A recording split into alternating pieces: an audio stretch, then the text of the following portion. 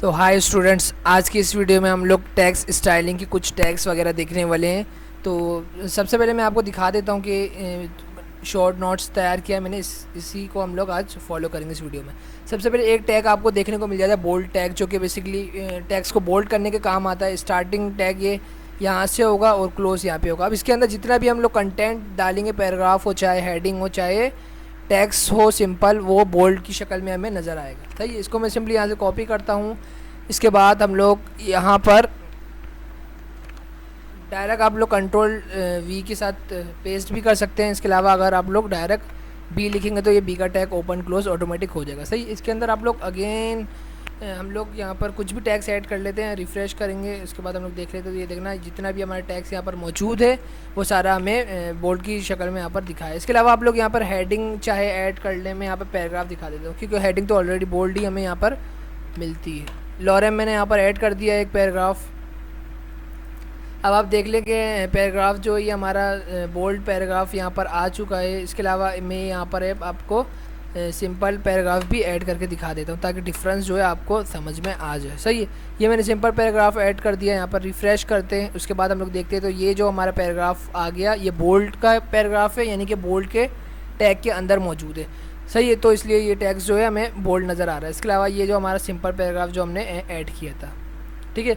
उसके बाद हम लोग एक और टैग हमें देखने को मिल जाता है, वो इटैलिक, यानी कि उसको आई के टैग के अंदर हम लोग लिखते हैं। आई का टैग मैं यहाँ पर ओपन करूँगा, पैराग्राफ ऐड किया, लॉरेम ऐड कर देते। सही है, अब ये जितना भी टैग्स होगा वो हमें स्टाइल करके इटैलिक फॉर्म में यहाँ पर दिखाएगा। ये देखिए, ये आ गया इटैलिक में। सही है, इसके अलावा आपको एक और टैग यहाँ पर दिख जाएगा अंडरलाइन, जो कि बेसिकली यू का टैग कहलाता है, जो कि हमारे जितने भी कंटेंट टैग्स वगैरह है उसको अंडरलाइन करके हमें नज़र दिखाता है। सही है, यहाँ पे मैं यू का टैग ओपन करूँगा, पैराग्राफ डालेंगे, चाहे आप लोग हेडिंग डालें तो वो भी वर्क करेगी। रिफ़्रेश किया, उसके बाद ये देखें जितना भी हमारा टैग्स था वो पैराग्राफ अंडरलाइन की उसमें हमें नज़र आ रहा है।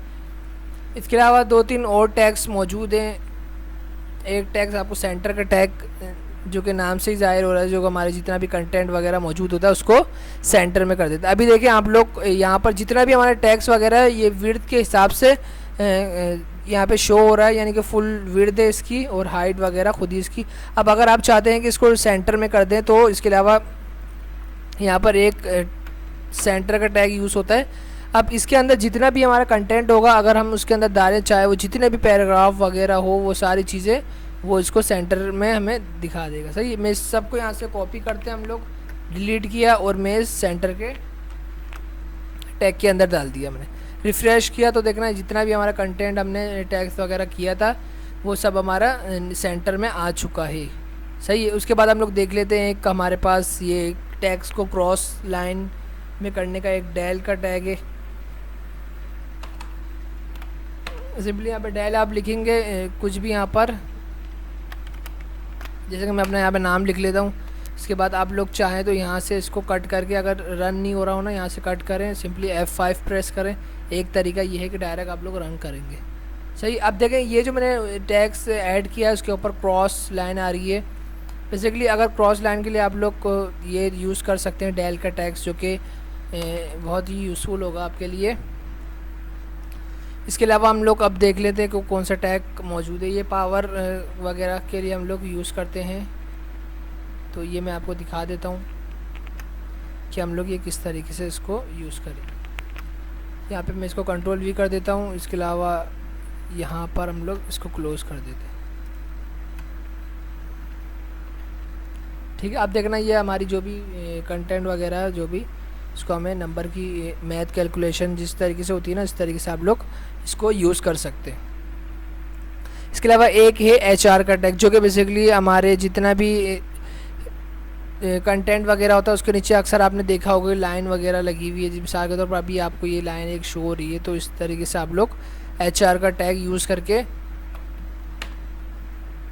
अपने कंटेंट के नीचे लाइंस वगैरह लगा सकते हैं। जैसे कि ये देखें ये लाइन आ गई, इसी तरीके से आप लोग CSS के थ्रू इस लाइन को मूव भी करना चाहें तो कर सकते हैं, वो CSS के थ्रू होगा।